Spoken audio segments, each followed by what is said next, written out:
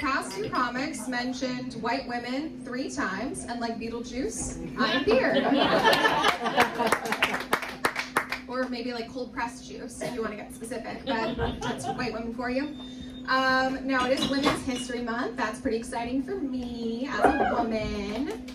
Love you. Thank you for your pity claps. I appreciate it, and I'll take them. No, I love being a woman. I was at a Bulls game recently, the first Bulls game of February, and that was also the start of Black History Month.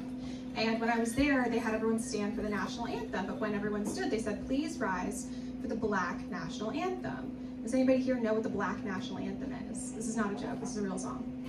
Okay, one person, awesome. So if you don't know, it's Lift Every Voice and Sing. It's a beautiful song. And then after everyone stood and they sang the Black National Anthem, they said, now please continue standing for the regular national anthem.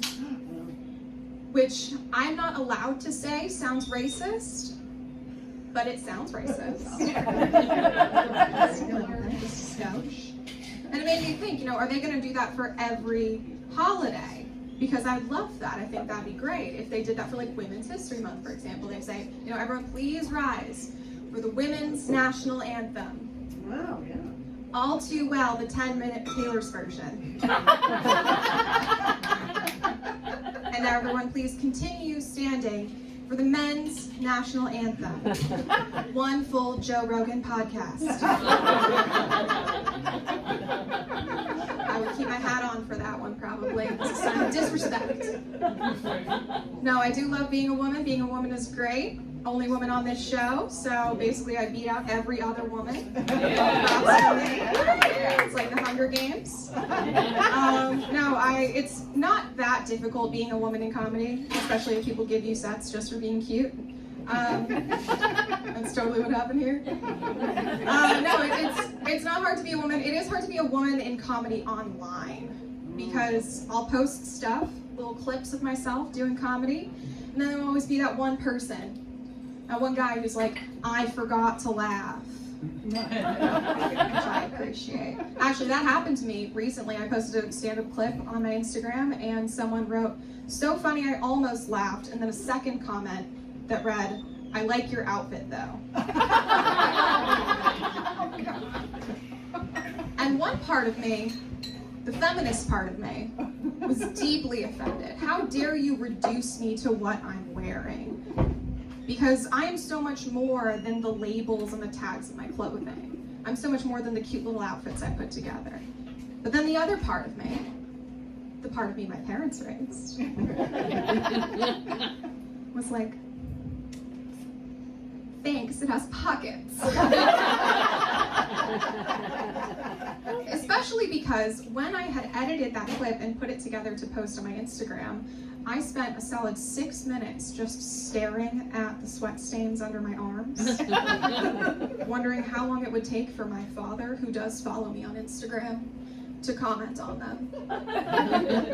He still hasn't, which is progress for him. I appreciate it, and I told him as much. No, it's good to be a woman. I love being a woman. I am a woo girl, though. Anybody here know what a woo girl is? I was wooing. Thank you. A couple woo girls here in the crowd. I was wooing for every comedian who was coming up because that's just in my nature.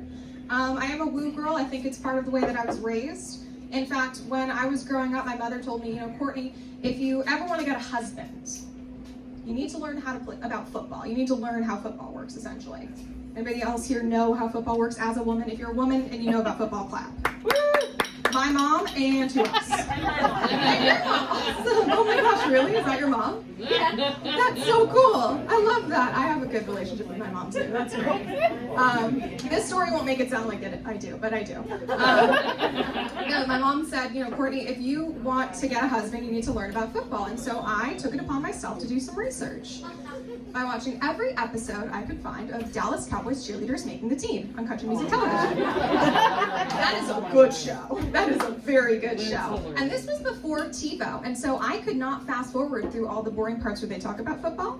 I learned a little bit. And it's actually going to bode pretty well for me coming up here pretty soon, because I, believe it or not, have a date scheduled with a retired pitcher from the Boston Red Sox.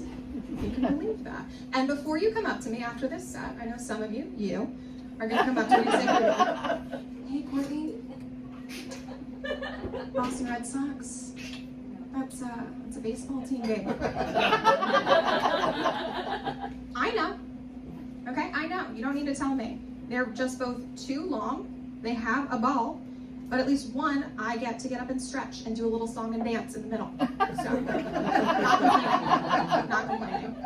I told that joke to a friend recently, and she said, Courtney, you're such a cleat chaser. And I was offended once I looked up what that was. Because if anything, I'm not a cleat chaser. I'm like a hedge fund, honey.